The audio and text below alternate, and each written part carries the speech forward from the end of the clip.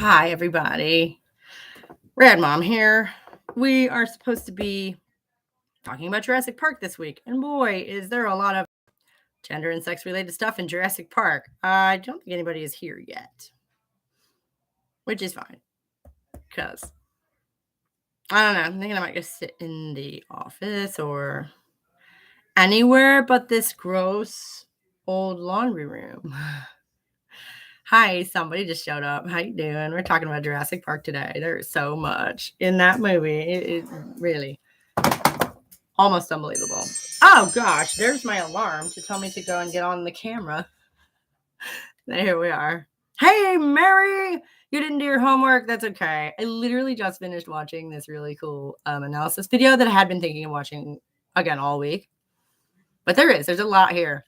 Did you watch the movie at all? You have seen it at least, right? You didn't watch it. I didn't either. But I've seen it 100 billion times. I really didn't, You have seen it though. Like a million years ago. Well, that's fun because that's, Well, okay. This guy, I will put some link. I will link to this video because it's really interesting. This guy really, really just takes that. Somebody wrote a book about this. And I swear upon everything holy in this world that this man's name sounds like Bellend. I tried to look. I looked in the description to see if maybe he had linked to the name of this author because his name cannot really seriously be Bellend. Like, no way. Like, no way. So, but I didn't. That's what it sounds like. The author of this book that he's talking about. The thesis of it is. Are you ready for this? This is fun. Jurassic Park represents the patriarchal family as threatened and besieged by monstrous women. Isn't that fun? While at the same time seeking to resolve the threat and absolve the father by collapsing ideology into biology. Does that sound familiar? It's like every thing we argue with, any group, any ideology, any framework, any theory, any political group that we argue with, that's exactly their sort of thing. And Steven Spielberg's films are fairly well known in criticism circles for their sort of obsession with fatherhood. Because another one of the themes in Jurassic Park that the fellow in the video I was watching brought up, or I guess he got it from the book that he read by Mr. Belland. That cannot be his name. Anyway, the measure of a man is his fidelity to fatherhood is a theme of Jurassic Park and apparently a lot of Steven Spielberg's movies. So yeah, I'm overclamped. Discuss. Seriously though, I'm gonna move us from this awful, nasty little back room to somewhere better. Interesting, isn't it? Right? There's a lot in this movie. Fatherhood, yes. Children. Well, because there's two kids in the movie, right? Yes, because there's two kids in the movie. And you have Alan Grant, right? The quasi-British paleontologist guy. And his, blonde friend, the paleobotanist, right? And his main character flaw at the beginning of the film is set up to be that he doesn't like kids. Where are the kids, Mom? The old guy who is running the park, the old white-haired guy with the hat, is their grandfather. So she's just not there. They're on a trip to visit their granddad, and granddad just happens to run a park full of living fucking dinosaurs, I can only imagine. No, their mother's not in the movie, no. But they sort of have a surrogate set of parents in the two dinosaur people, the Alan Grant and Ellie Statler are their names. The fellow with the widow's peak and the blonde lady. Mom wouldn't let them go. Well, it's a book written by a fellow called Michael Crichton. Is pretty fairly strictly lifted from it, as far as I understand. So it was all written by some guy. And to be fair, as a mom, I don't think I would look more into it, obviously, because it's very strange. But I don't think, and you can be forgiven for not assuming that there would be real living carnivorous dinosaurs, right? I mean, or that they would be, oh, I don't know, in cages or something, not just allowed to sort of roam free behind these electrified fences. Because, right, yeah, no, no, no, no. But they have to be there. And you know what? You know what? It's not a feminist film either. And I don't think that it's necessarily a patriarchal conservative film or book. You know, I think a lot of these themes are regurgitated and utilized by people unconsciously. No, there's a lot of mention of motherhood, actually. It's rather the crux of the narrative in a way, because the whole point, the whole problem is that these females, the kid's mom, no, but I think in a way that might work for it because it's not a specific mother that it talks about and addresses. No, no, there's lots of women. First of all, the dinosaurs are all female. Do you remember that? All of them. All the dinosaurs are female at the beginning. That's how they were designed. All the dinosaurs are supposed to be female. And the women is human. True, true. But again, we're talking themes here. Okay. It gets a bit vague. It's not so literal. Adult human females. Now, Ellie Sattler is, I guess, the stand in for women as a group. You bitch. You started without me. No, really though. She's a lovely character. I do not remember the name of the actress who plays her. I want to say Ellen something, but that's her character's name is Ellie. So she kicks ass and saves the day. She's the one who gets the electrical grid turned back on. Nice. I have been up since 8 and had to make a bunch of pancakes, and you know how it is. Well, you don't, but that's fine. It is how it is, and it's very busy. As I can tell you. But no, this character, she's great, actually. She does. And she saves the day and she kicks ass. And I kind of like the idea of a theme where the male characters are punished for abandoning the children. I don't know if that's my momhood talking, but that gives me a little bit of a thrill. They are, because you have that awful lawyer in the beige suit, right? Who all he does for the entire first half an hour of the movie or something is talk about how much money he's going to make off that place. But he doesn't actually get punished by the narrative until he abandons the children in the car and runs off to try and save his own ass. Then he gets eaten. Russian friend wasn't able to read me or book because the font was too small. Oh, gosh.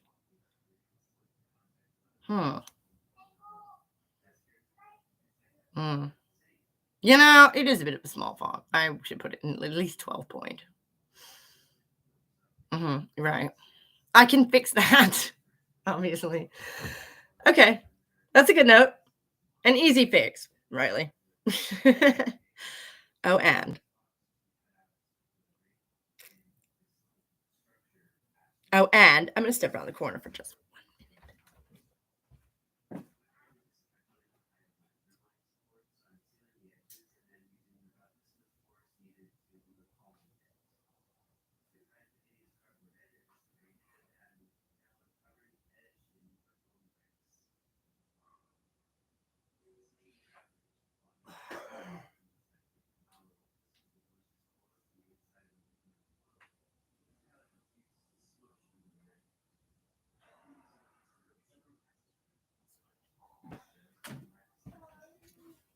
I'm back. If a child is old enough to tell mom she needs a change, she sounds old enough to be using the bathroom on her own. Learning to, yes. Even at 2, they can be old enough to learn. But every kid is a little different with that. That's a touchy one. For everyone, I think. But yes, if they're old enough to communicate, I have a similar rule with food, If you're old enough to ask me for food, you're probably old enough to eat solid food. No, oh, right, yeah. Actually, my oldest was like that. He was a slow talker. He still is. Some of them are. My little sister was talking in full-fledged sentences like an adult at 18 months old. I swear. I know that sounds nuts. But that girl's always been just crazy articulate. I was 4 or 5 at the time. I do vaguely remember that. It didn't strike me as weird. She just didn't have anything nice to say. Lovely person. Lovely person. How are we doing on that battery? Ooh, we're doing good. This thing charges fast, so we're going to go outside. Yeah. Oh, we've got a couple more people join us. Welcome to the Rad Mom Jurassic Park discussion, where we are digging into some of the very, very meaty gender and sex-related themes and topics in this film, this very well-known film that I think everyone has probably seen at least once, right? Everyone who's older than 30 anyway has probably seen it. I would bet a nickel that everyone over 30 has seen Jurassic Park. So it represents, according to this fellow, I should link that video in the chat, right?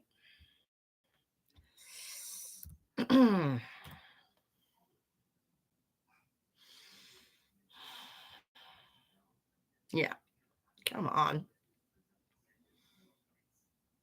It is taking forever to load. But yeah, so according to this author who's written a book about the gender and sex related themes in Jurassic Park, the original 1993 film, based closely on Michael Crichton's book. Remember, this is written by some guy.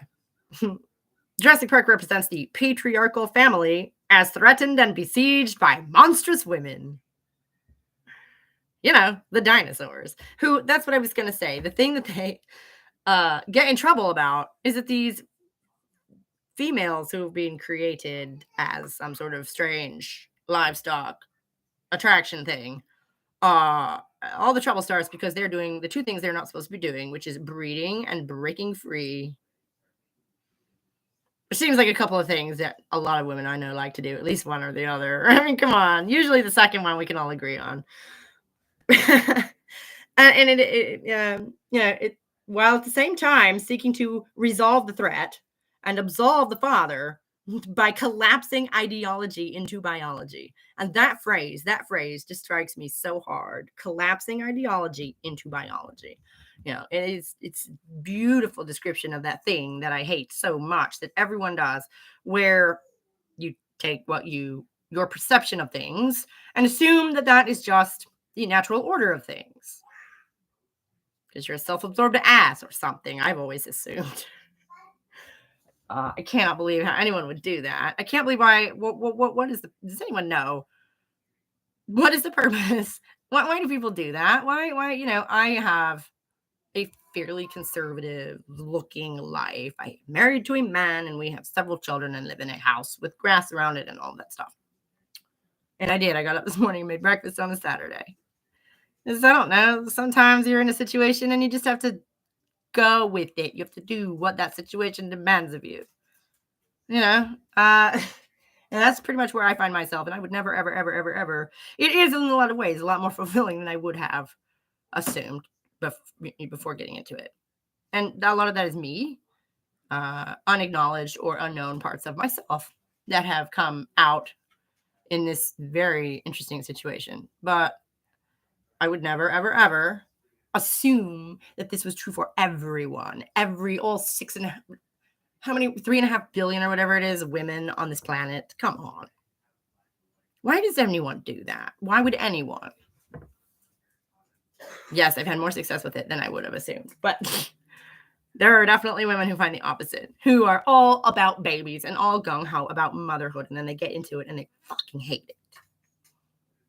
Your mileage may vary, ladies. Really. And that is okay. That is more than okay. That is expected. That is assumed.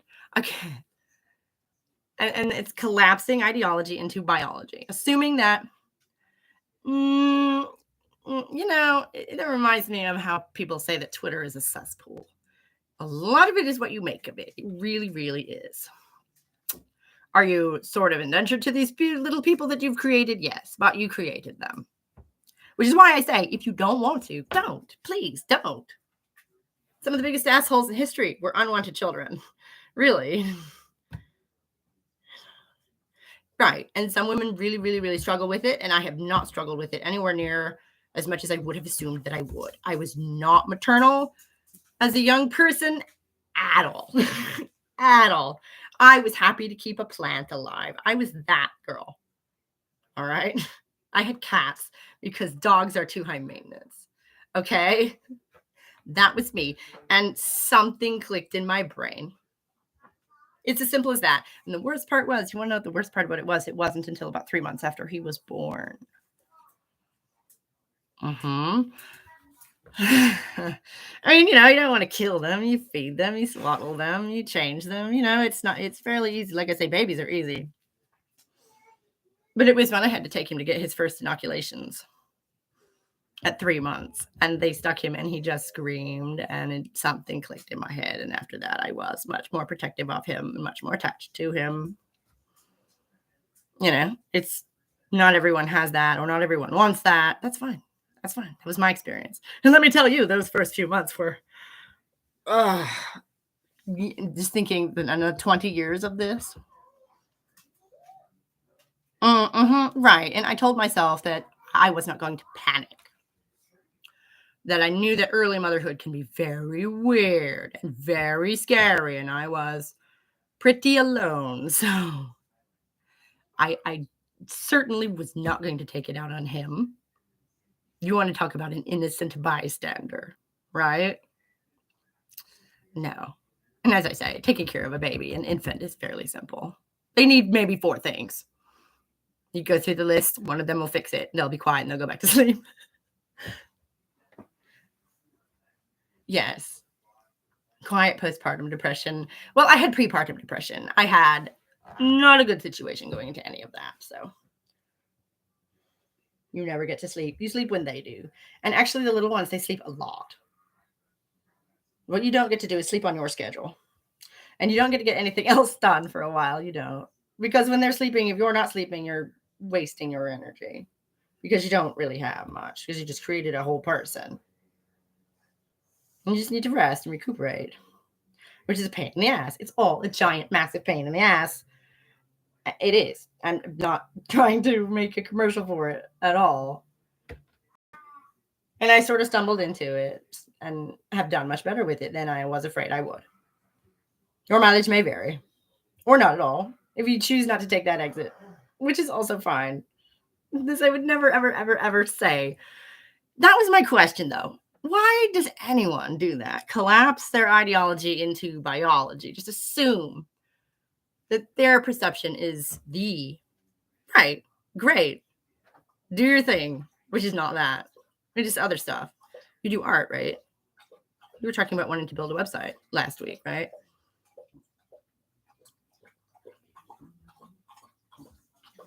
And the other thing about kids is they grow up and then they leave. And after a while, they don't want you to do anything for them anymore. They actively stop you. So, yeah. And, have you made any steps in that? Screw this stuff. Have you even been thinking about it a little bit, maybe? Well, our battery is almost full. 2 new sets of markers and big papers. I'm working. Ooh, all right. That's awesome. Can you tell us what it is? Like, what's it of? What's it a picture of?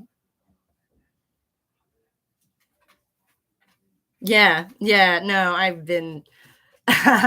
Well, see, look, I made the notes for this video on a piece of paper, and I have. Yes. That's really the foundation of a coherent mind, isn't it?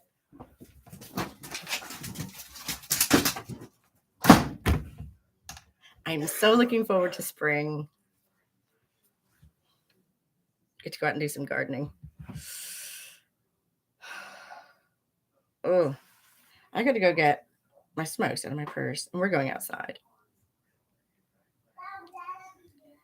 And I'll get to show you the thing I got yesterday. I'm excited about it. It's very boring, though. So, full warning, I am almost 40, and I'm getting to be a boring middle-aged lady. So full warning on that. But I'm excited about it. And I'll get to show it to you.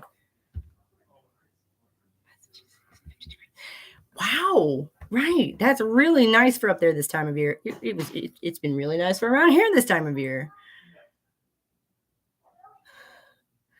It's been a nice little warm spell. Here's hoping it gets us through the next 2 or 3 weeks, and maybe we'll just get spring, huh? All right, so I'm going to take us outside. Excuse me. Give me one moment to gather myself up. We're going to go outside and see what I got.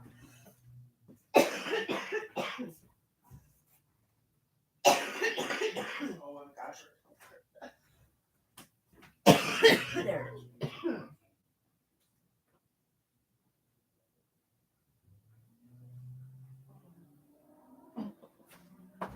Hear me coughing. Yes, have another cigarette, Sarah. Went from 0 with a giant wind chill to 50 with sun. It was weird but welcome. Yeah, you know,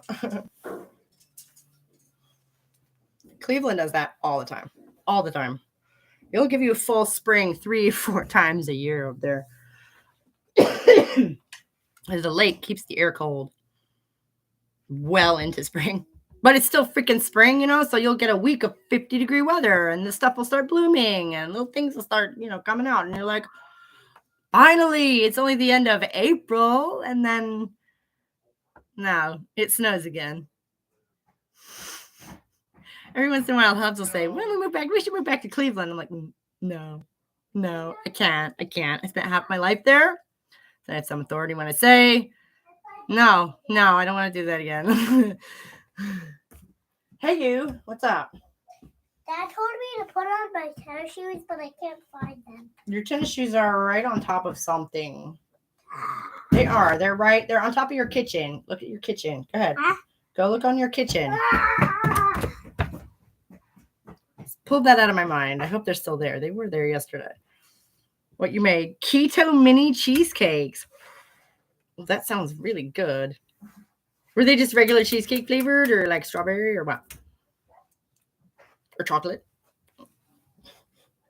I'm hungry. I really didn't get breakfast. I made it and I didn't get any because which happens all the time, admittedly. Like really regular for the first time. Yeah. All right. Were they good? All right. We're going outside. Where's my hat?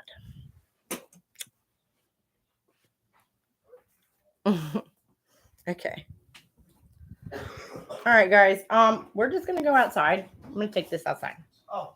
Yeah. Well, we're getting ready to leave. Okay. You do what you are doing, and I was gonna do that anyway. It's not to get away from you guys. It's just to go outside. You don't love me. Obviously, but I don't know how you're just figuring that out now.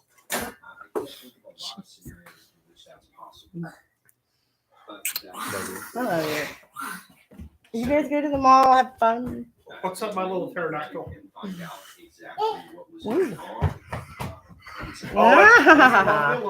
Baby, come here, give me a hug. Come on, give me a hug. Go give your mom a hug. He doesn't listen to me at all. Look, he's got his legs wrapped around my legs, so I'm getting like a double hug. Thank you. Let's go see if it's warm enough out here to sit outside for a little while. Nice. Huh? It's very nice outside. Well, you're just, a cold. You like the cold, so we'll see. He's one of those people who walk out in 40-degree weather with no on and go, mad man. Okay.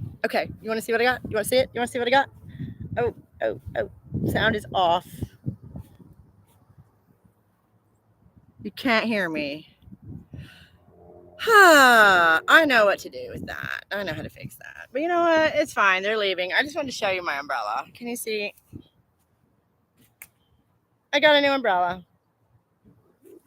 Let's go back in. It's fine. It's windy and cold, and they're leaving anyway. So you hear me?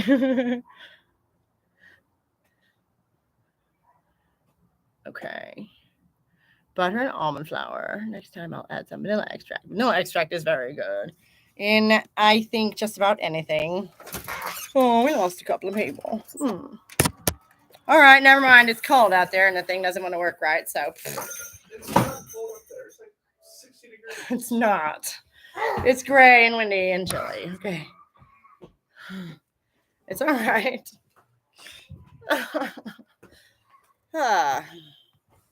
Ooh, I was. Change this room up. That's going to be fun. You hear me while I read you. Loud and clear. I don't think we're going to stay in here. I just want to sit down for a minute and shut the door. Oh, I didn't have my notes. Oh, well. But, so, as far as Jurassic Park, do we have some sort of condensation on the lens or something? Yeah. No, yeah, but it turns out that a feminist reading of the 1993 film Jurassic Park is pretty lucrative. It's sort of fascinating. And the guy who, the video that I watched, which was really interesting, and I will be linking it here in a minute. I just did not want to load earlier. The video that I watched is actually a response to a book written by a fellow whose name sounds like Bellend. I swear it does. I tried. He did not link to the book in the description, so I actually don't know what the fellow's name who wrote the book is, and I figured that cannot be it.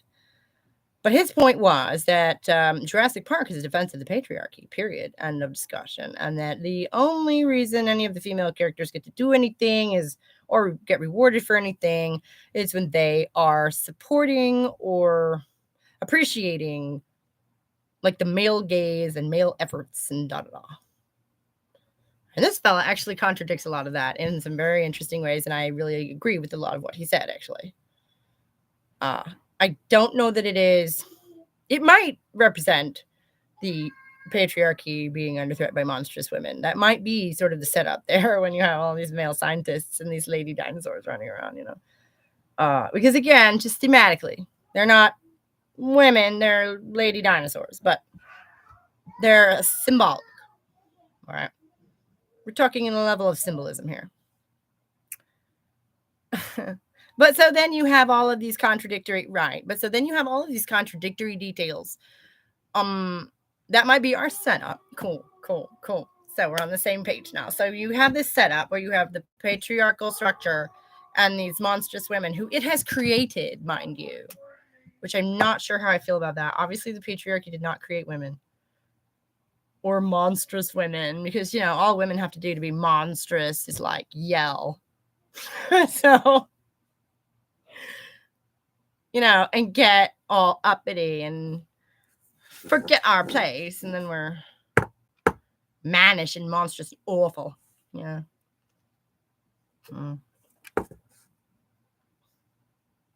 God created women from Adam's rib. Why then is no man ever walked on this earth was not born of a woman? That's weird to me. No, of course. And anyone who does is so silly. I can't imagine why anyone would believe that now. I mean, even 1,000 years ago, much less now. Right, themes in the movie. Right. I guess it could be biblical. I hesitate to put biblical stuff into like modern media because, well, it's just not very fashionable, is it? I don't think they do. What's up, bud? Aren't you guys going to the mall? We're not. What? Why? Dad told me. Dad said. What? Why? I'm gonna have to go and talk to him because I really sort of did want you guys to just go out for like an hour or two, just an hour or two. Come on, stop it.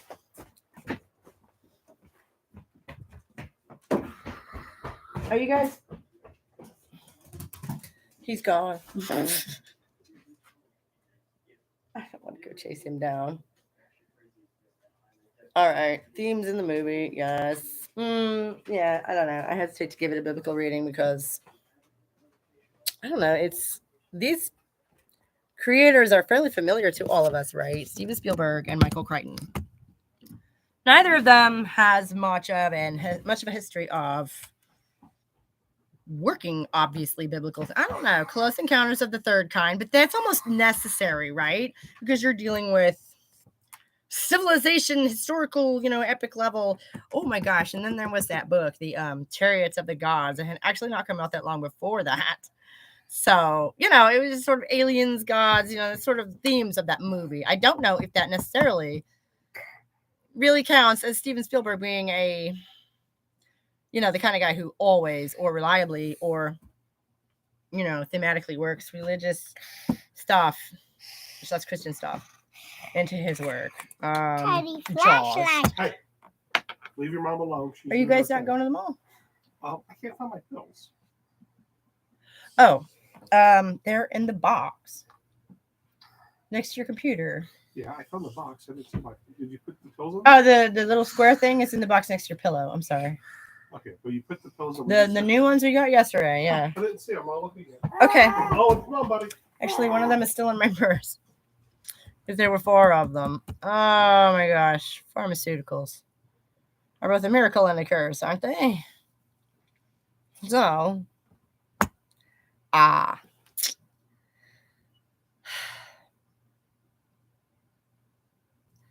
this is just my life. This is just my life. This is just this constant interruptions. That has got to be my least favorite thing about the whole bit. I was saying earlier that I have not struggled with it as I thought I might. I have struggled with it in ways that I never thought about. And that would be one of them. Please, for the love of God, go away and leave me alone for an hour. Just an hour where I don't have to talk to anyone else. Go away. I love you. Piss off. Yes. No, right. It's a trade-off. And I understand that. And someday, I'm never going to get used to it. At first, I thought to myself that I would get used to it eventually.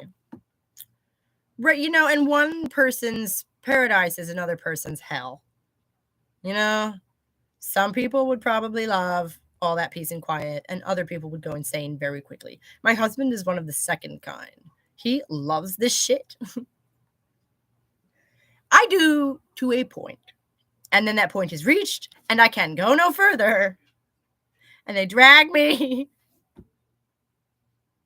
along behind them like being keelhauled or something. And it hurts. And it sucks. And I have had to just not do a lot of my old hobbies for a while. But I've also, you just inevitably grow as a person in 10 or 15 years. I was much more music focused before. And I'm much more writing focused.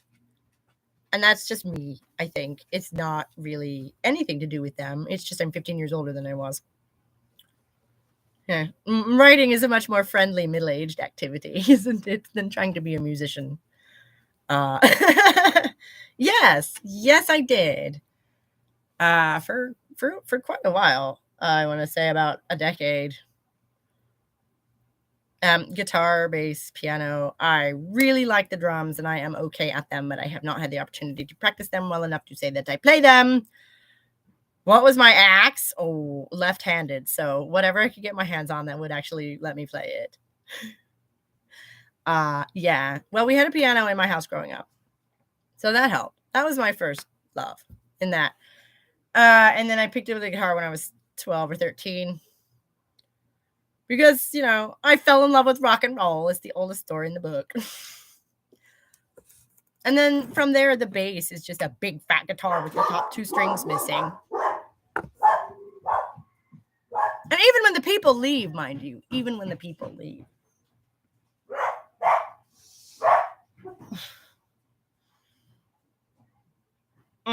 Yeah. I wrote songs and did the whole bit. But, yeah, don't be a girl and pick up a guitar. Like, that's... Oh, people assume lots of things. All eyes are on the star, but the booty is shaking to the sound of the bass guitar. Yes. No, I do love me a good bass line for sure. I don't have mine anymore, but my son asked for one for Christmas. So call someone who hangs out with a band, the drummer. Oh shit. No. That's so bad. Can't have a band without a drummer. Believe me, I can tell you. Because drummers are hard to fucking find. They used to be rare anyway. Because a kit would cost you that bare minimum like $500. And who the hell is that kind of money? So most people just don't have them, even if they have decent rhythm and coordination and whatever.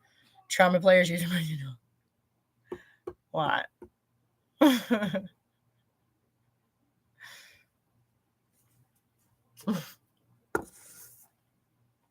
What? Their personality. You know what? That could be applied to guitar players too.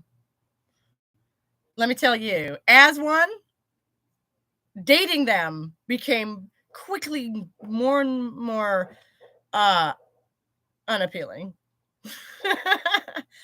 They beware guitar players, ladies. If you are straight, and like musicians, beware guitar players. Maybe everyone knows this, but no one told me.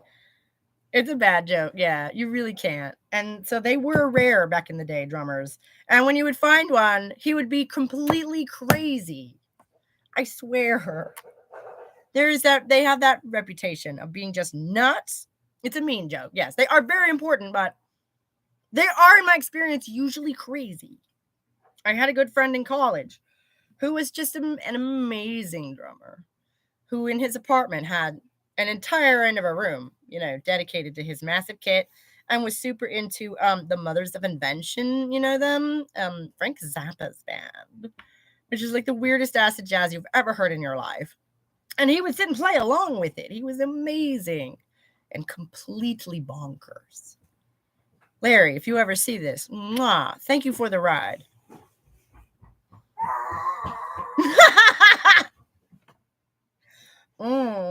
Another thing we have in common. I only went once, though. What is it?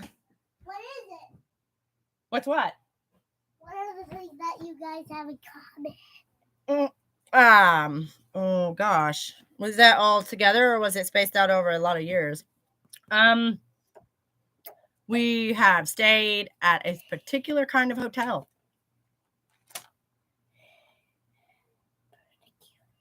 Yeah. Oh, okay, good.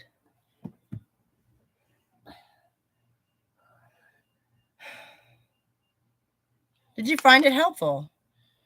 If so, where is this place? There's 3 of them. Yeah, there are. Oh my gosh, and they're tiny. Okay. I love you. Go and find your dad, though.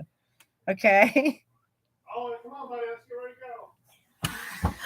I think he's about as ready as he's gonna get. Okay. Dusty. What do you call a drummer who lost his girlfriend? Ooh, I don't know what. In Pennsylvania. Okay. Baby doll. I love you. Please go and find your daddy. Okay? Put it down. It's so tiny. Just, if you drop it on the floor, it will be gone forever. So go on. Homeless. That's awful. It's like blonde jokes. They're awful too. My friend who has a PhD and is a college professor is a blonde. So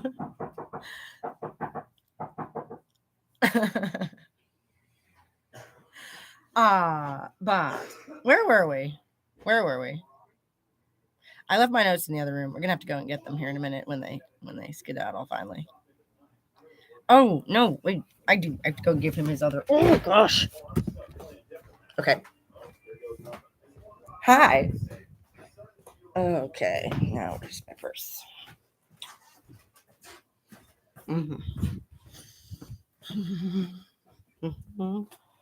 Here we go.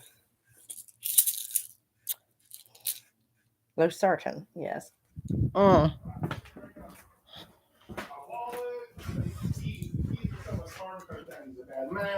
let's get the phone and we're ready to go.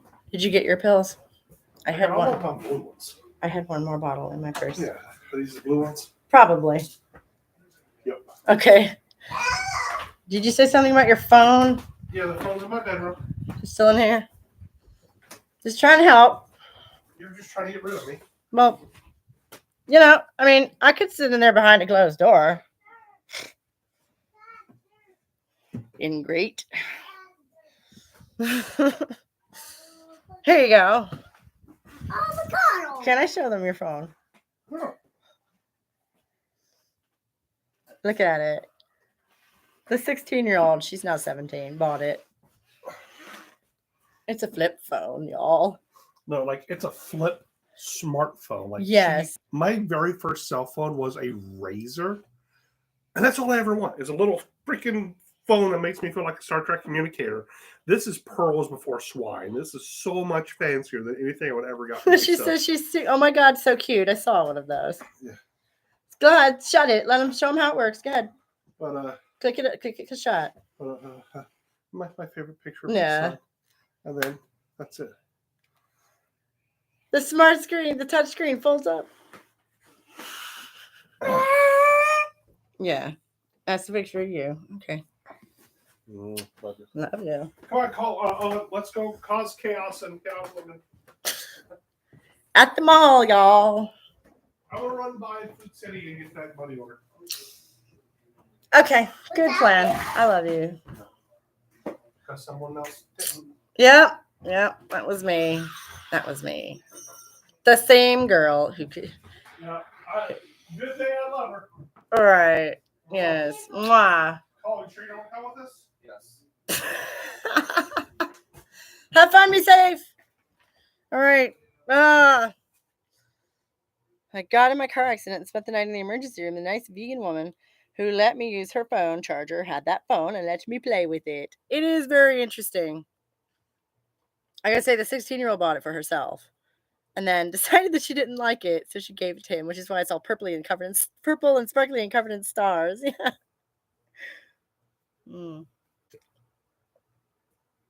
Well, now that the cat is away, the mice may play, right? Let's go find my notes. Did you guys get to see my umbrella earlier? Could you see that at all? If not, I'm very sad. Stupid laundry room. So ugly.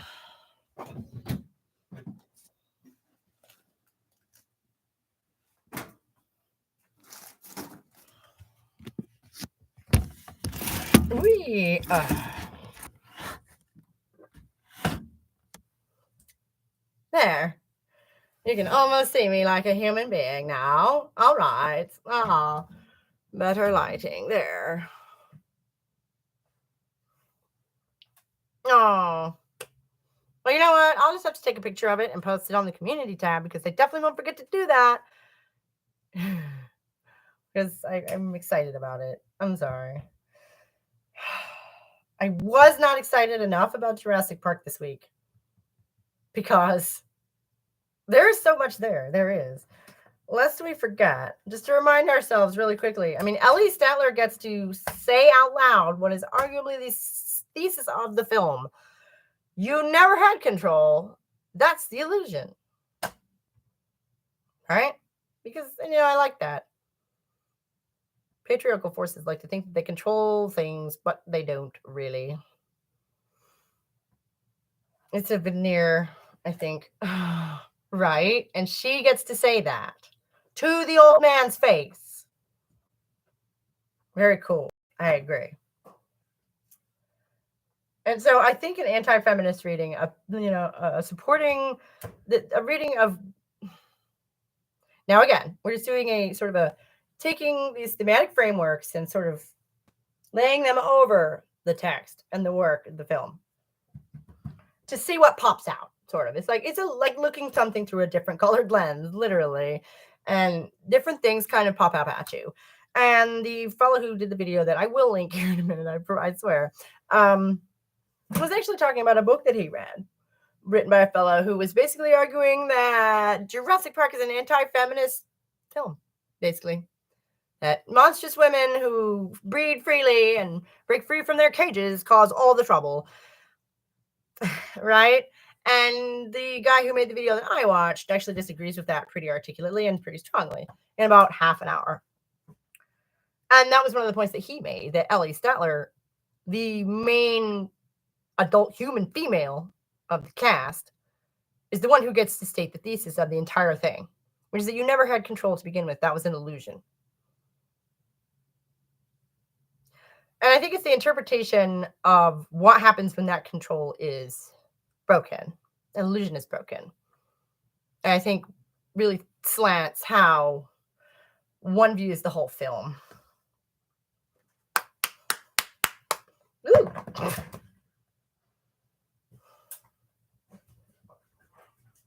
The dogs want to go outside again, like something's happening out there or something.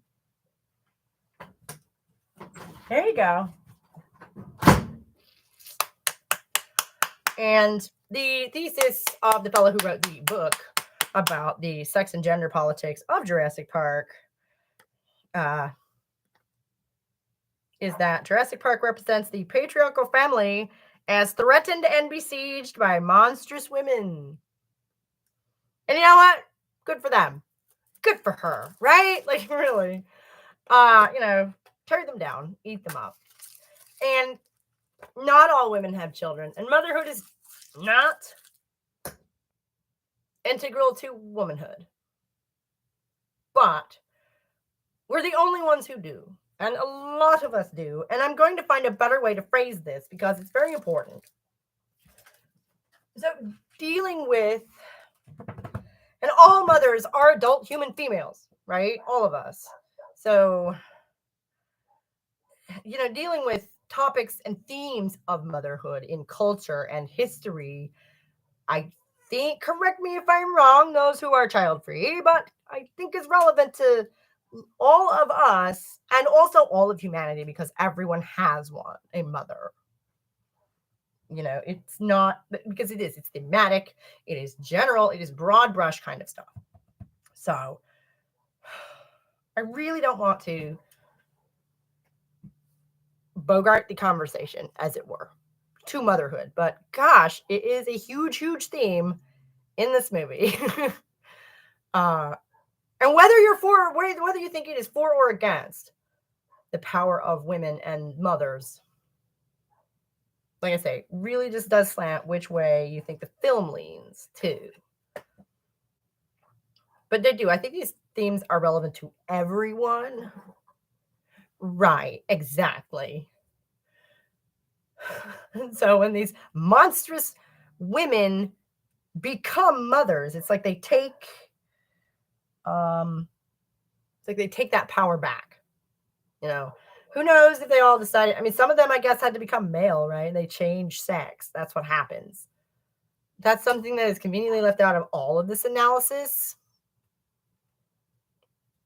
I don't think it's because it doesn't literally apply to humans, because humans can't do that, as we have well established now. But I guess some sorts of salamanders can. Right. So I don't, you could read that as if you choose not to be a mother, then that makes you a man, which is stupid. I think it's got to be an overly simplistic reading of that because it's stupid and it doesn't apply to anything. That would be the stupidest message I've ever heard of anything. There are men who believe that. Heck, there are probably women who believe that. But that goes back to all a woman has to do to be monstrous is go, yell, right? You really don't have to do much to step out of line enough to be considered crazy, right? So, gosh, where was I?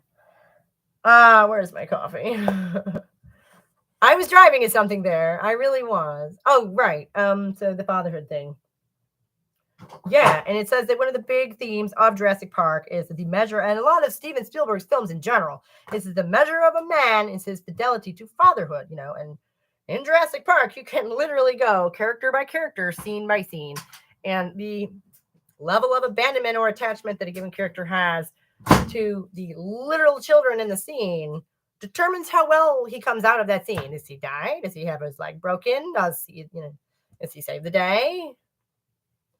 I don't know. How concerned is he about the kids, right? Which is from a humanity standpoint. from a humanity standpoint, even if you have no interest in men and you don't want to talk to them ever, I think we could probably all agree that a man being worried about his kids is a more productive, probably just a better fellow than the guy who's worried about just about anything else. So I don't know how much motherhood brings out the best in women, but I think fatherhood can bring out some of the best in men. I do. It gives them the sense of connectedness to the future and the past and all of that they really need. Men should care about their kids, right? And I think that is not just that they should care about them, but they should be, more preoccupied with it. It's their legacy or whatever, however they have to frame it. I think it's all to the good, generally speaking. And especially for men, I think that sort of getting to that level is a big step in maturity. Where even if you do not have literal flesh and blood children, taking some sort of a paternally protective attitude towards, I don't know, your business or whatever, and investing yourself in that way from that angle for them is, I think, very important. And, I think women have a certain similar something because, there's a stereotype of the middle-aged lady with the cats, right? I don't know if it's an impulse to have something to care for. I don't know. I can't speak to that because I will never be a middle-aged childless anything. But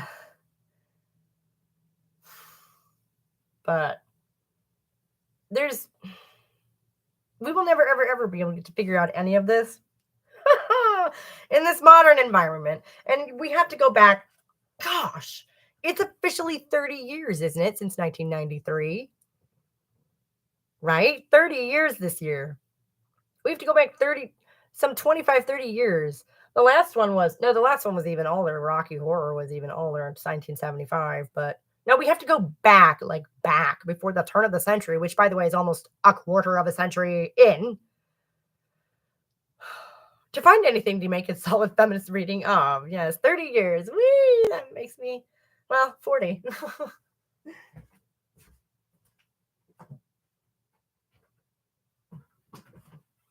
I think I actually saw it the next summer, though, in 94, because I was 10. My birthday's in October. So in the summer, I am a year younger than the number would say. So I saw him around, and it was a VHS tape. So I'm pretty sure it was not the year it came out. I'm pretty sure it was the year after that I finally saw it. And I had to sneak away to my friend's camper to watch it. Scared the daylights out of me. Seriously, if dinosaurs had not been extinct, I may never have slept again. And there's another analysis video out there suggesting, is Jurassic Park actually a horror movie? Yes! Has that been in doubt ever? It's about big giant monsters eating people. Come on, obviously it's a horror movie, right?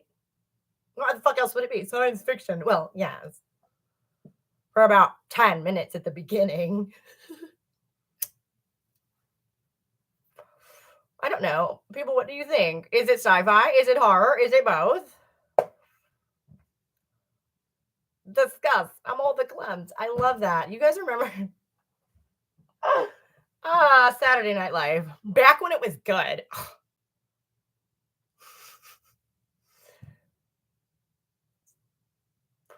It's only noon. I don't understand. Why y'all so quiet today? Blockbuster. It's a block. That's not a genre of film. Come on. It was. And you look at it and you're like, wow, that T-Rex is still pretty impressive, Like even 30 years later, that T-Rex still looks pretty good. It's apparently not accurate anymore to their scientific understanding of what they freaking looked like, but for the effect that it is, it still looks pretty good, right? You still wouldn't want to meet that guy in a dark alley. Oh my God.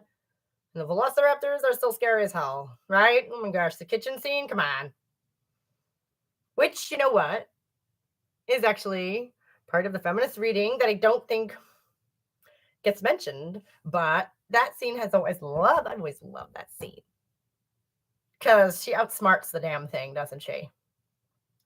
With the sliding thing. And it almost doesn't want to work for her, but she does. She manages to outsmart it with the reflections.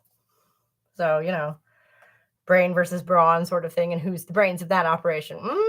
The older sister, who is the hacker, who is also the one who gets the computer systems back online at the end of the movie. So, need to tell you something about the price of apples. Here they are $1 each, and they are less than $1 in Russia. Well, not much less, but still less. Yeah, about $1 a piece, give or take, I guess. You're probably right there. Yeah.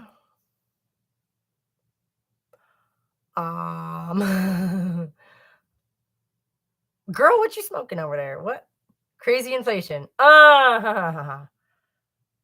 You know, of all the things that are going to be affected by that, you'd think that apples, they grow every freaking where. We can grow our own damn apples. We don't need, I mean, literally, I have an apple tree in my yard. So bring it on, I guess. The apple, oh, I do love them though. Ugh. Ooh, an apple a day keeps the doctor away. You know that. Come on. What, you gunning for a guest spot on Stephen Moffat's show? No, wait, he's not even running it now, is he? Didn't he step down again? They went back to Russell T. Davis like they're going to be able to wind back time and make that show good again.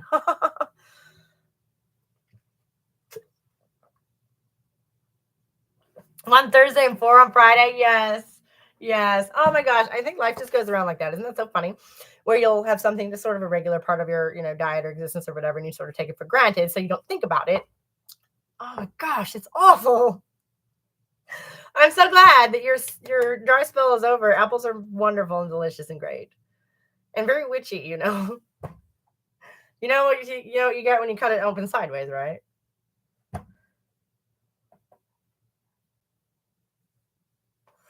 No, but you cycle through things, I think. You'll forget about something and it'll just sort of fall off the radar, and then you come back to it. You'll see it in the store or something in somebody's house or at a party or something. You're like, I remember that. I'm going to buy 100 of those and eat them all because same price a gallon of water, would you drink one a day? You can't afford fruit.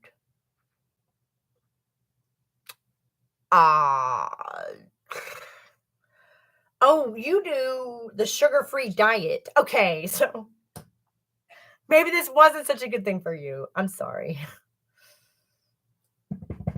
Well, I love apples. Everyone has a different dietary, thing that they need to do. Can only afford carnivore food. Had a relapse of fruit. Oh my gosh. I'm sorry. That's awful. What is this? That's awful. I'm sorry. Are you all right? Are you feeling okay?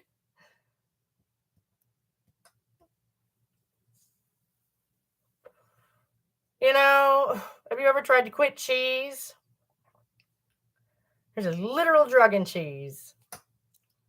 Right. You binged on them, which, as I say, I do that with things like carrots or, this, that, or the other fruit, or just some foods thing that I will have forgotten about. I'm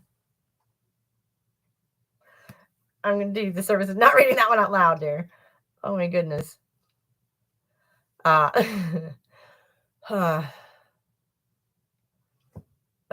Cheese has a literal drug in it, casein. It is, I guess, the neurological chemical that causes the calf to, enjoy drinking the milk. It makes them happy. That's how you quit. Well, yeah, when the side effects get to be too much to handle, it gets to be a lot easier to quit anything, doesn't it? Not yet on this. Knock on wood somewhere. I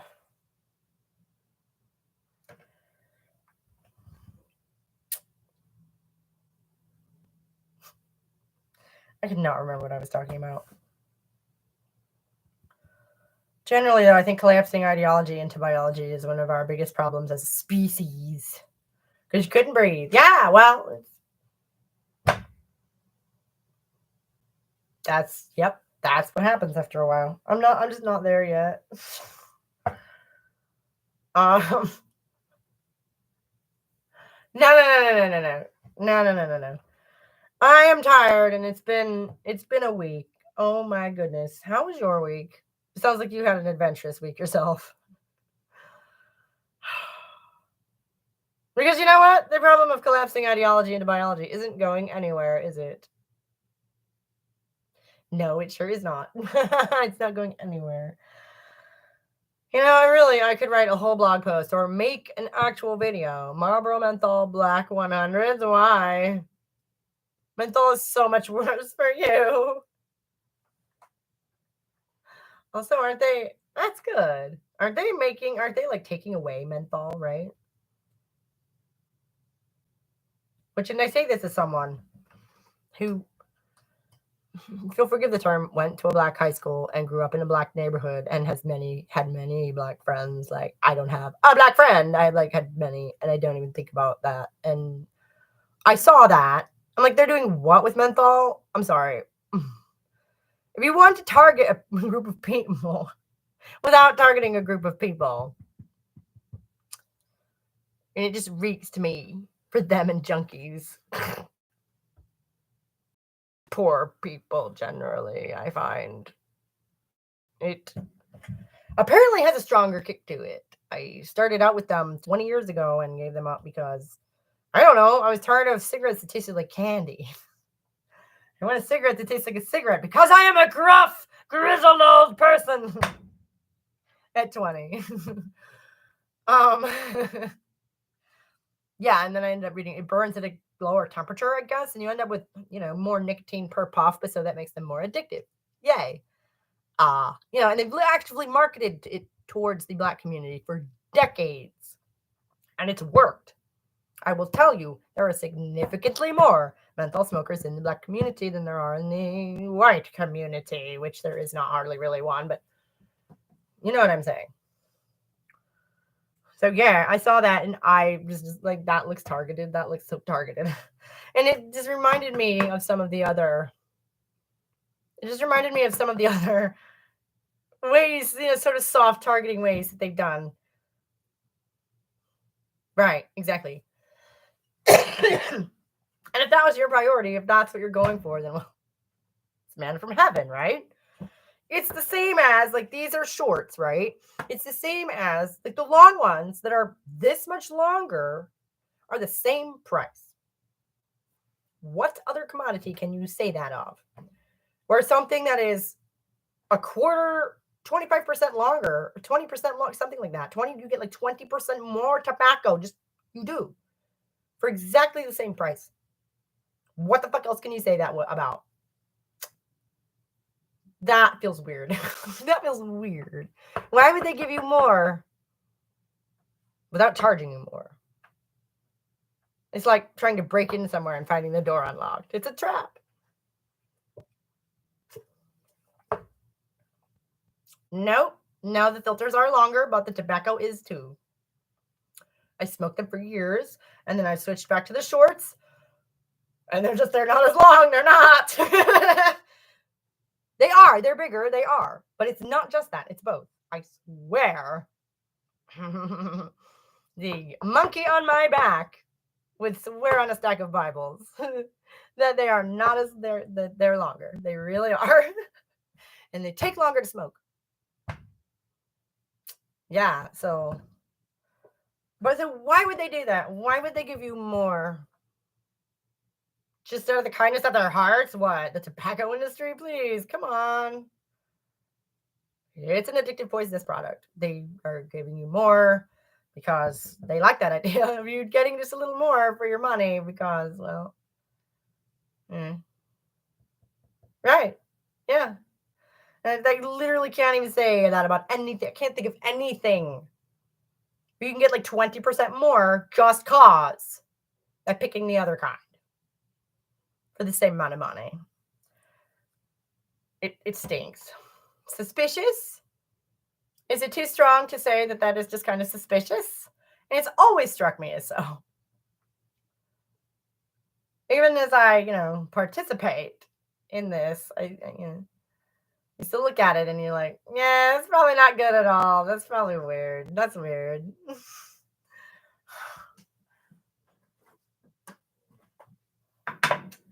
And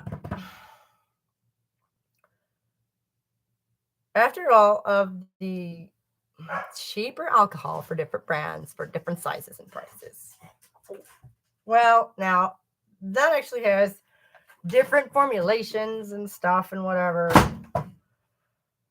They're made from different things. There's grain alcohol, there's potato, from different sources and through different methods and whatever. Loki, want to go pee-pee?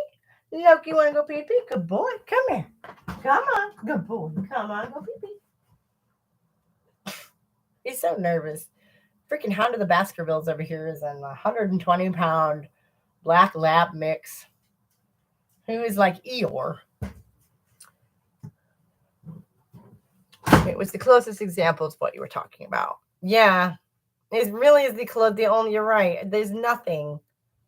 Where it's literally the same product, you just 20% more of it for the same money. Just cause. In the kindness of their hearts. No, I don't think that's why at all. They're trying to get you hooked is what they're doing. Because the immediate shallow thought is, well, that's a bargain. I'll take that one. Obviously. And I think that's why I started smoking the long ones in the first place. Because I was poor. And you get more for the same money. It is a no-brainer. It is not even worth thinking about at that point. When you're, 20 and broke. But so what I was going to say was, I think that in the last 20, 25 years or so, gosh, just in the last 10 years, so much that's come out. Right, exactly. With the 100s, you can smoke the same cig twice. Yes. If you have the discipline to put it out, yes, you almost do get two smokes worth. 2 smoke breaks. I don't know. Yeah, I know what you're saying. Yeah. All the stuff that's come out, there's just been so many things that have been confirmed. Things that either have been declassified or leaked. So many things that have been confirmed that back in the day were called conspiracy theories, and if you subscribe to these things, if you believe these things, you kind of kept it to yourself if you had any common sense or social etiquette or intelligence, because people would think you were nuts. Lumped in with the moon landing was a hoax and stuff like that. 3 from the Black 100s. They were so harsh. I could only handle 6 drags at a time. Oh my gosh. I am an idiot and I've always prided myself on being able to handle my smoke. So I don't know.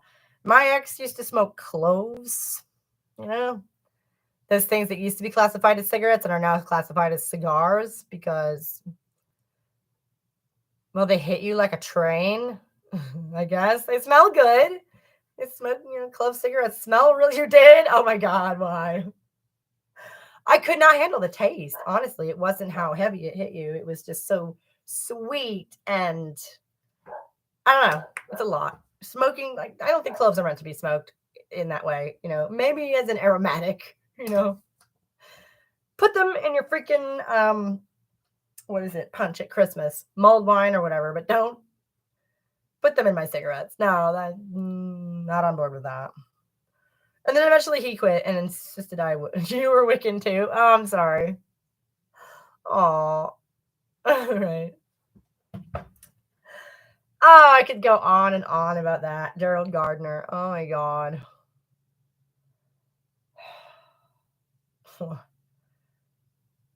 But I was talking about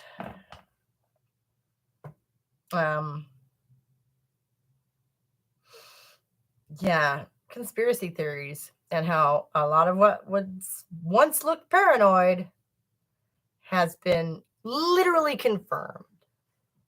I think my favorite one may be the war on drugs. The idea that the Nixon administration started the war on drugs to target the blacks and the hippies. That has been a topic of conversation on certain liberal fringes for as long as I've been aware. There have been people who believed that. And now, I believe that's been confirmed, right? Not a theory, right? It was, though, before it was confirmed. It was just people looking at the evidence and saying, gosh, that looks targeted, right? But it was, I mean, just the phrase conspiracy theorist conjures up a kook, right? And it really is a fairly neutral phrase.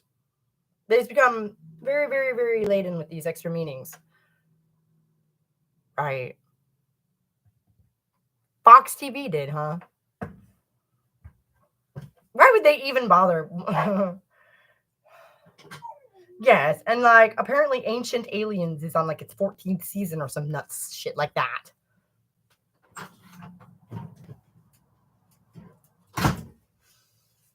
Right, no, it's not. It wasn't. And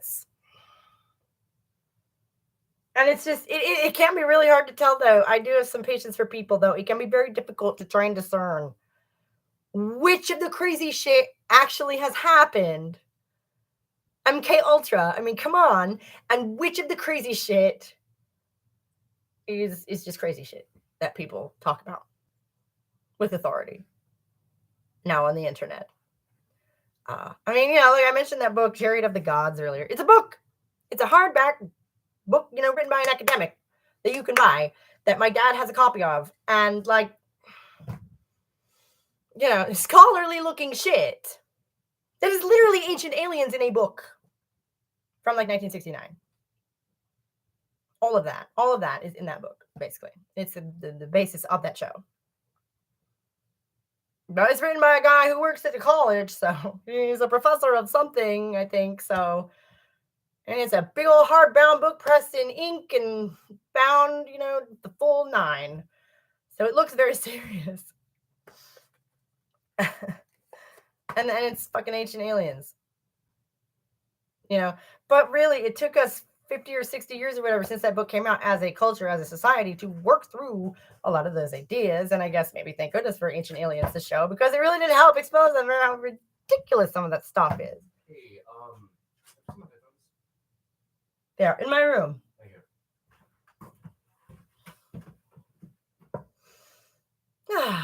That's Mr. 15. So it's forgivable that people are very confused about what is real and what is not. Not just for that reason, for various reasons that I think we're all, look at my hair sticking up. Oh, gosh. Oh, look, I'm going to put my damn hat back on and squish that bitch back down.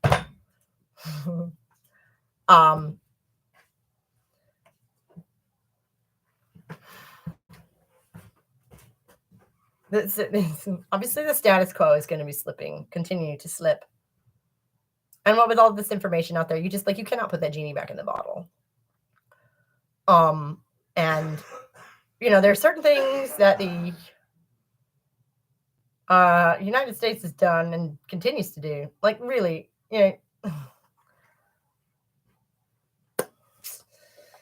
only reason that we even know about the MK Ultra program is because somebody forgot to burn a file. They lost one file had been misfiled, and it didn't get burned with the rest of them. So, again, just looking at the evidence.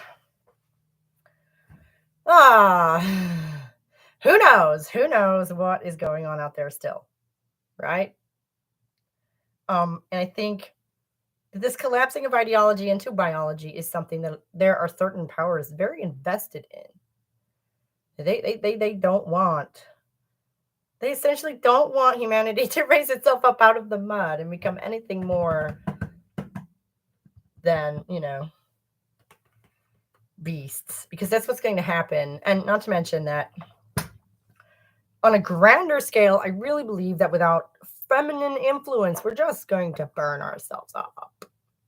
Because capitalism isn't just an amazing incarnation of masculinity that has just run riot all over everything. And we don't have anything of our own anymore. And this film, Jurassic Park, yes, the dinosaur movie, if you look at it from that angle, it's almost like the message might be that's unsustainable.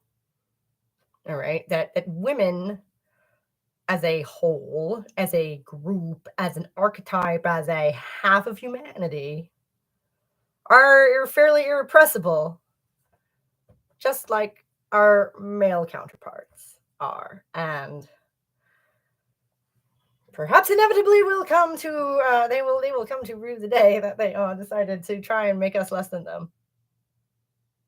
What movie do we want to do next week? Ooh, that is a very good question, actually. Ideas? What do you think?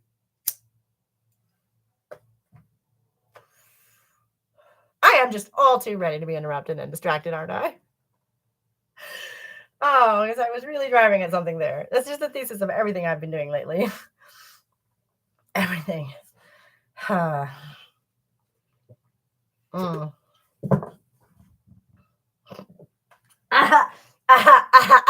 Harold and Maude. Oh no, my headphones are dying again. Boo! You suck.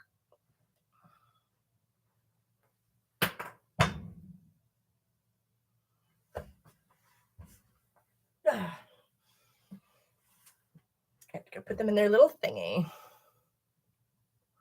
Are you laughing at Harold and Maude? That was literally the first one that came to mind because, man, you want to talk about some sex and gender politics and some ageism and some, I mean, imagine if that script was flipped, right? Imagine making a 19-year-old girl and an 80-year-old man.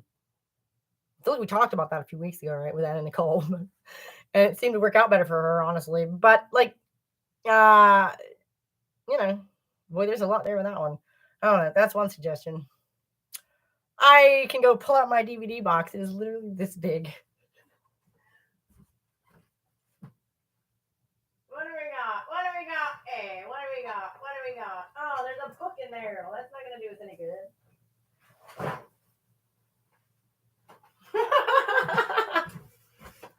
Look at, hey, these are my DVDs. This is my DVD collection. I'm like, what's her face? Sparrow, Sally Sparrow. I have like 11 DVDs. And a book is in here, which is The Faber Book of Madness, edited by Roy Porter, who I love. So he wrote one of my other favorite books. Ooh. Well, Trading Places. You go buy more cream cheese. Make more mini cheesecakes. Yes, you should absolutely do that. I wish I could try one. We have Clue, which, duh. I'm just going through mine for ideas. If anybody else has any ideas, please do speak up. We have the original Bedazzled. Nothing against Brendan Fraser or anything, but this is where it's at. Home Alone. Ooh, this one might be a hot potato. Everyone knows this one, right? There's only one woman in the whole damn movie. Birds of Prey. Yeah, I haven't seen that one. That's probably a juicy nugget too. I wonder if I could get my promise. Ooh. Ha ha ha. That one's gonna make me mad. I would love to do that one. I would have to get my hands on it because I haven't seen it yet. But I do know how it ends. And I love it. Can I just say, I hate it, but that's why I love it, because so often, right, I have to get a hold of it. I have to watch it. I don't want to do one I haven't actually seen. So we'll make that the big one and maybe pick a backup in case I can't find a way to watch it between now and then. Right. No, it really is because so often they just skip over all of the issues and just make her really strong and give her a sword or a bow or whatever and say, Feminism managed. There you are, ladies. Excuse you? Excuse you? No, sir. No. Right. And it actually, she actually runs headlong into the worst part of the real issue at play here, which is any sort of power imbalance, right? And it's tempting to say that they just can't stand us having any. That is tempting to say. I don't think that's it. It's a bad film. What's a bad film? Promising Young Woman is a bad film. Like, I don't think I'm going to enjoy it. The plot is unrealistic. Well, yeah. It's probably unrealistic that she would have gotten away with that for as long as she did. Honestly. But I guess at the beginning, they kind of play with this idea that maybe she's a serial killer. Guys don't rape her when they realize, right, exactly, that so many of them, that she's gotten away with it as long as she has. That's what, yeah. Agreed. That's, yes. And assuming, like, you have to sort of suspend your disbelief on that. The cops actually care. Yes. Plot devices are fun when characters do things because the plot needs them to, whether that has any realism to it or not. Yes, we all want to believe that they would, don't we? We all want to believe that they would, but we know that they almost certainly would not care about that. They'll stop you for speeding because they don't have any real crime to, work on. But, and then we have Harold and Maude. And I actually have a copy of Religulous, which is not something we should probably discuss, but man, is that a weird movie.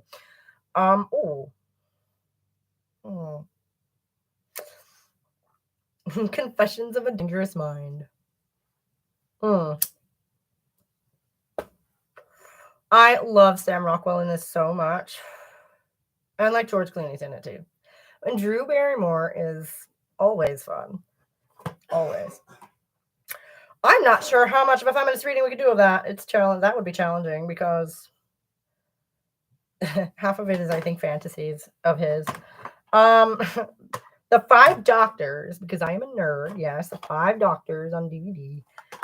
A random collection of Monty Python, a video cassette that I made with a friend of mine in high school, and American Psycho. Which I don't know, I feel it's kind of been done to death.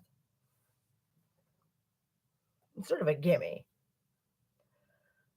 What do you think?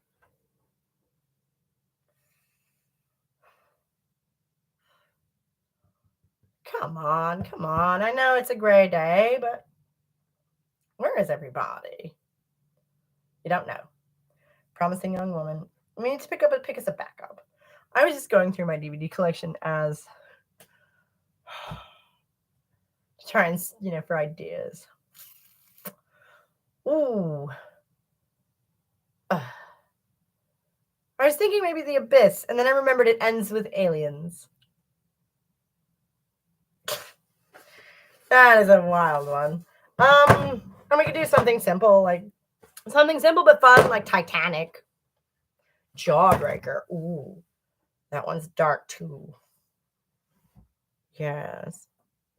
I don't know. I guess we need to decide, do we want to go heavy or do we want to go fun? Because that is going to dictate a lot of our choice, I think. Really, personally, me, I'd rather go fun. Lots of strong female characters. Well, yes. Or like, what's that one about the beauty contest where someone is killing all the contestants? And Kirsten Dunst is like in Minnesota or something. What's that? Fun. All right, cool. All right, so no American Psycho, no Fight Club, none of that. All right, cool.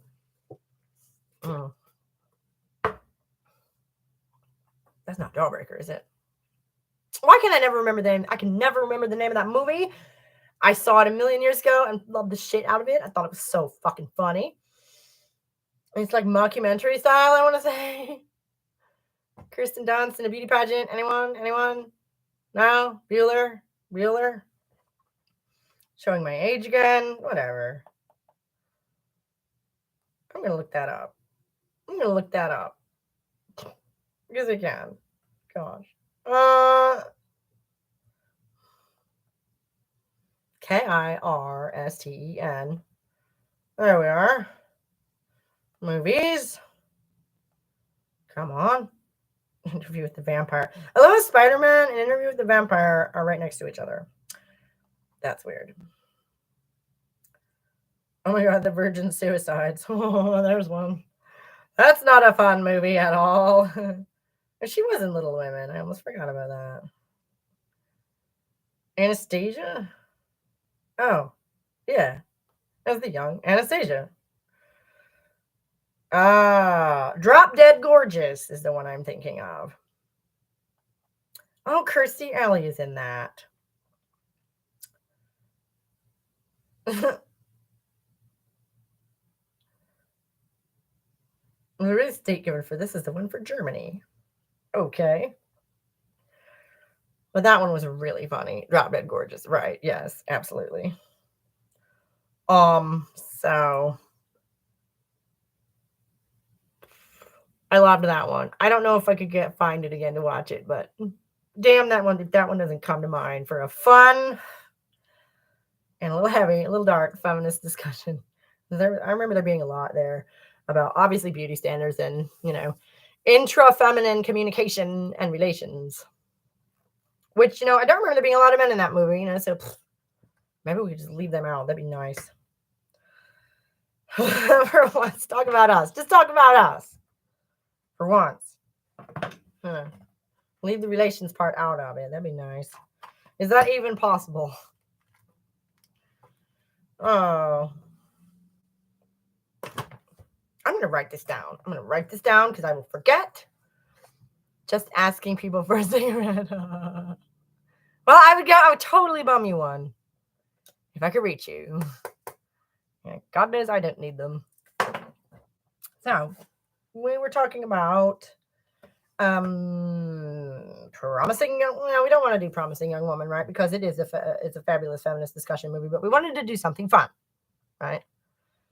So, what was the other thing I was thinking of? I think the silly one that I had in mind was Titanic, because I know everybody's seen it. And, the female character is the central character to the plot. There's got to be something there. And she's a chubby redhead, so I've just always liked her. Or always wanted to, anyway. Not my favorite movie of hers. Oh, either of theirs, actually. Well, I'm going to write down Drop Dead Gorgeous because I think it would be lovely and perfect and hilarious. I don't know if I'm going to be able to find it. I should actually utilize the goddamn community page and try and communicate with you people during the week, right? That would be good. You should probably watch it. You haven't seen Titanic? Spoiler alert, the boat sinks. Yes. This rich girl who's been sort of forced into this marriage to this snob, who is Billy Zane and gorgeous. So, could have done worse. But hey, she doesn't love him and she's very unhappy. And they're sailing over from England on the Titanic, obviously. And she falls in love with Leonardo DiCaprio, who is a dude who is stowed away in the third class or something. And it's all very sweet. And then, she discovers herself and gets laid in a car. Classic, right? Even in the middle of the ocean, they managed to have the backseat love scene. I've never known what to make of that. But, and then the boat sinks and he dies. And she's sad. But she still doesn't marry Billy Zane. Which, truth be told, I probably would have. He's rich and shit. Come on. I don't know. Was divorce a thing back then? I feel like it was. I don't know. She doesn't know anybody. She's on a whole continent. She doesn't know anybody. I don't know. Maybe I'm a bum. Or maybe I just think Billy Zane is really hot, you guys. Really.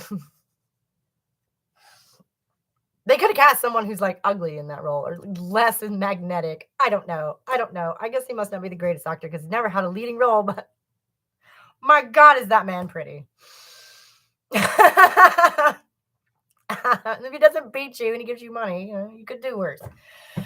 Anyway, as I was saying, there's a controversy about the door at the end. I don't want to argue about it because I don't care. Should she have scooted over and let him get on the door with her so he didn't freeze to death in the water? How in the world is she not freeze to death, being all wet, out alone? That's what I've always wondered. The first watching, I thought they were going to huddle together for warmth because that's what you have to do, right? Floating door be damned. It's a movie. The buoyancy of the door is irrelevant. It's a movie, all right? So, they literally could have had happen anything they wanted, and that's what's always frustrated me. What happened to me didn't make sense for that reason. It's by staying in the water, he left her up there to also freeze to death. Stupid. That's not what happens, obviously. She lives and is the old woman at the beginning of the movie, and there's something about a necklace. I'll be honest, it looked like it always seemed forced to me. What is the bit about the necklace? Does anyone remember what the fuck it is with the necklace? Like, did he give it to her?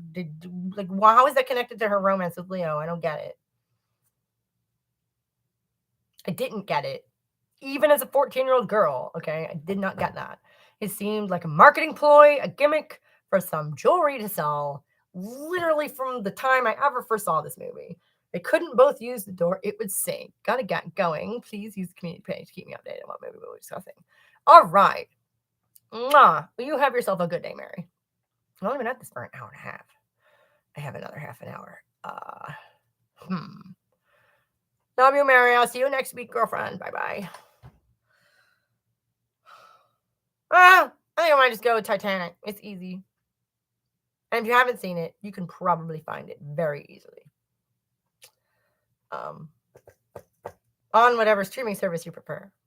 Or probably in bits and pieces right here on this website. You could probably find 90% of the movie cut up into clips on a playlist right here.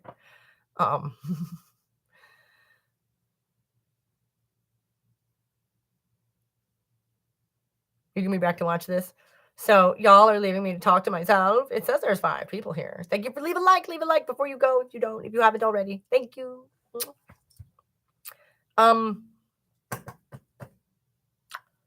Yeah, I don't know. I don't think we did Jurassic Park well enough, and I think that there's like a whole video, like a real video, all its own here. And you know what? Who knows? Maybe that'll be.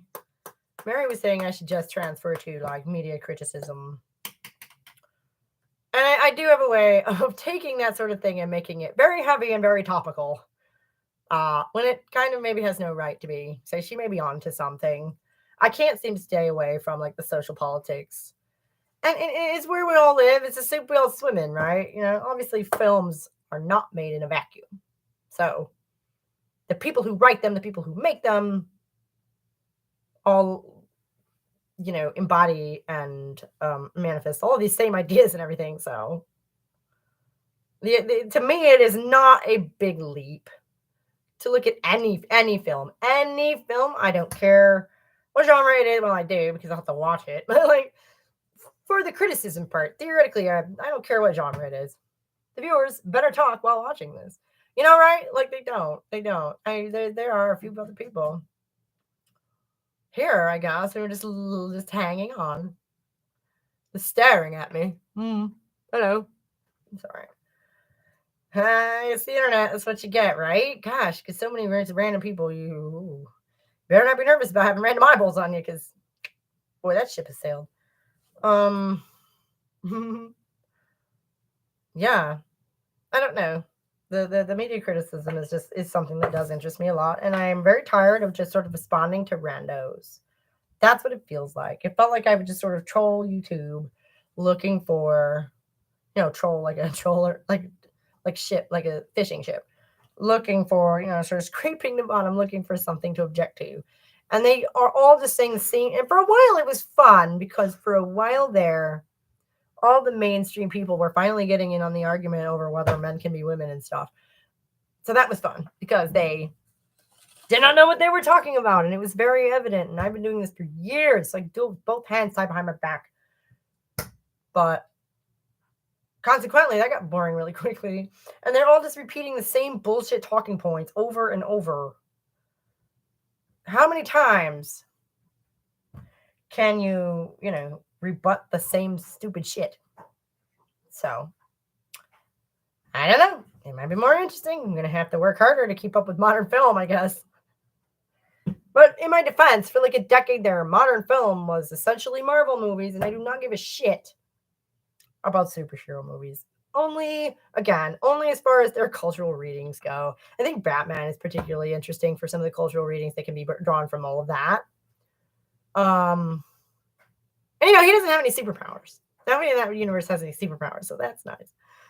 Because I don't. Why do I care to watch one demigod battle another demigod for the fate of the universe? What exactly does that? How do I relate to that? Why do I care?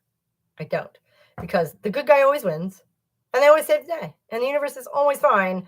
And one of the things I liked most about Doctor Who about 15 years ago was that they used to comment on that in sort of the meta text of some of the episodes. This idea that all this shit is going on and nobody knows, nobody has any idea, because they just say they save the day every time, so nobody's ever the wiser. And that's how it would be. That's how it would be for normal people. We would never even know that all this shit was going on, really, right? I don't care about that kind of stuff. And then lately, in the last few years, they've started putting out movies again that like have stories and stuff, and characters that are not stolen from a comic book from 70 years ago. So that's been nice. There might actually be something worth watching out there now. Because I'd kind of given up. And you saw my video collection, I think. What's the newest thing in there? My favorite movies are stuff like Amadeus. That's one of my favorite movies of all time. If it is on, I am there. Especially for the director's cut, because that one makes sense. Yeah, they cut out the plot. They cut out the scene with the boobs, which, gosh, not titties. Oh my God. But it's like a seriously important plot point in the ending of the film. This doesn't make that much sense without it. They could have just not shown that. And directors. I could go on, but I digress. I have known too many film students. Yes. So next week at 11 o'clock on Saturday, we will be talking about probably a feminist reading of the film Titanic. Because it's a nice, easy, we're just going to start doing this. And this one is one that, quite frankly, I don't think I've seen covered from that angle and has always bothered me in various ways. That I've never really thought much about, but we really do feel related to this topic, honestly. And I want to just kind of maybe look at her, Rose, her name is. Oh, God. A redhead called Rose, really? Thanks, James Cameron. You're just not ever cheesy at all. Because she's a fictional character, so I want to sort of take her as an archetypal young woman type. She's a rich white lady, so that should be pretty easy, right?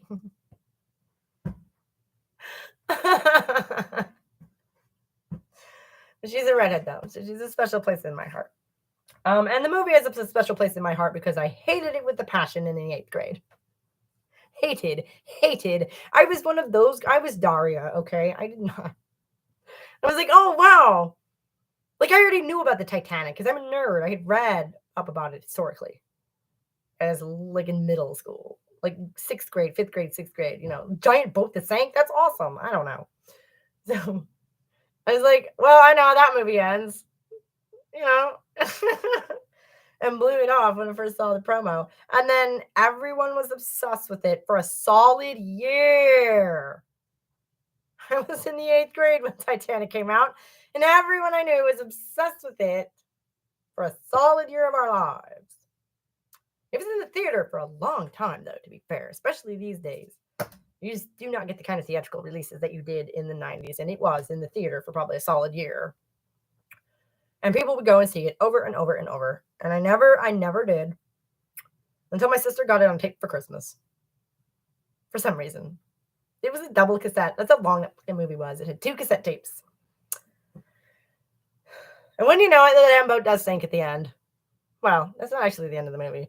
The end of the movie is that bit about the stupid necklace. And if anyone knows what the fuck is up with that, how does, I'm going to write that down.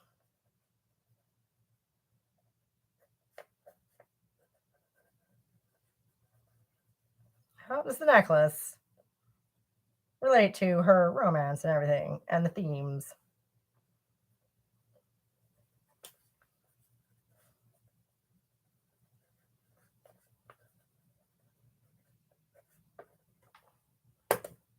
Because they tried to make the whole damn movie about the necklace.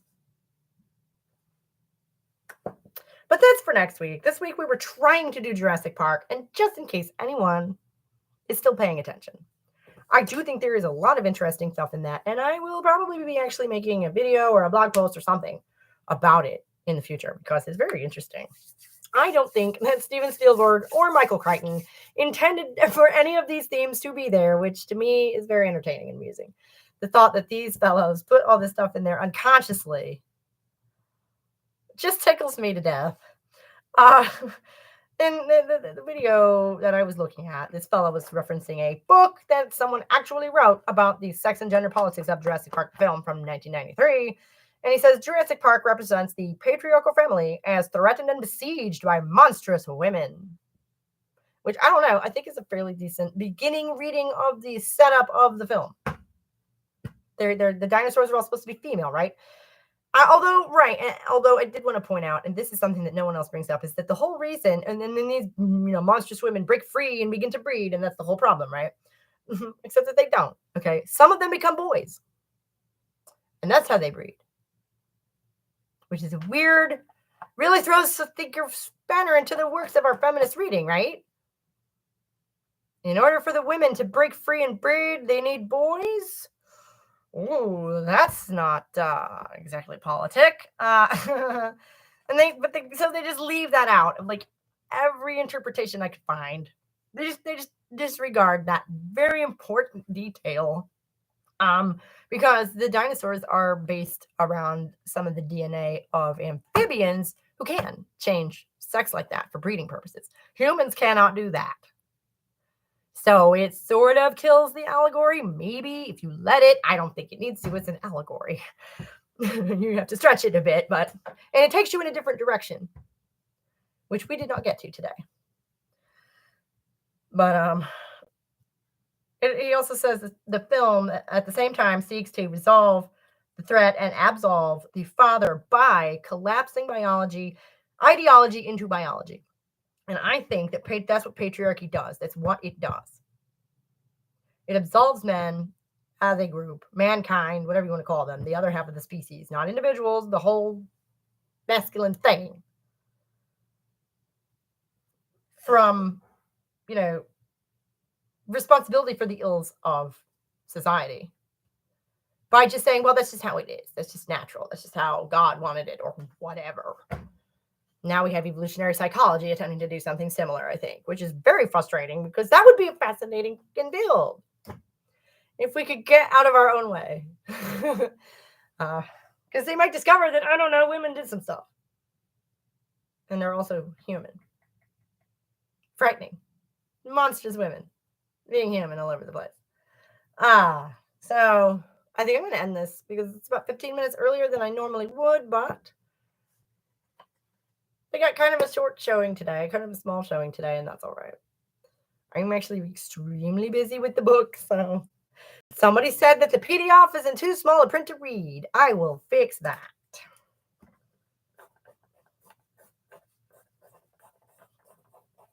Also, I finally finalized the plot point literally last night, working on book 3, that needs to be in book 1, and we'll bring a lot of that together. And I was just like, ooh, should I go and add it now? It's not finished. It's unfinished. And I do appreciate anyone paying any attention to it whatsoever. But I got a whole lot more stuff on that regard, in that vein, coming down the pike at you. And next week, we're going to be talking about the feminist reading of the film Titanic. So please join us at 11 a.m. on Saturday for that. I guess that'll be Saturday the 18th. So everybody have a good week.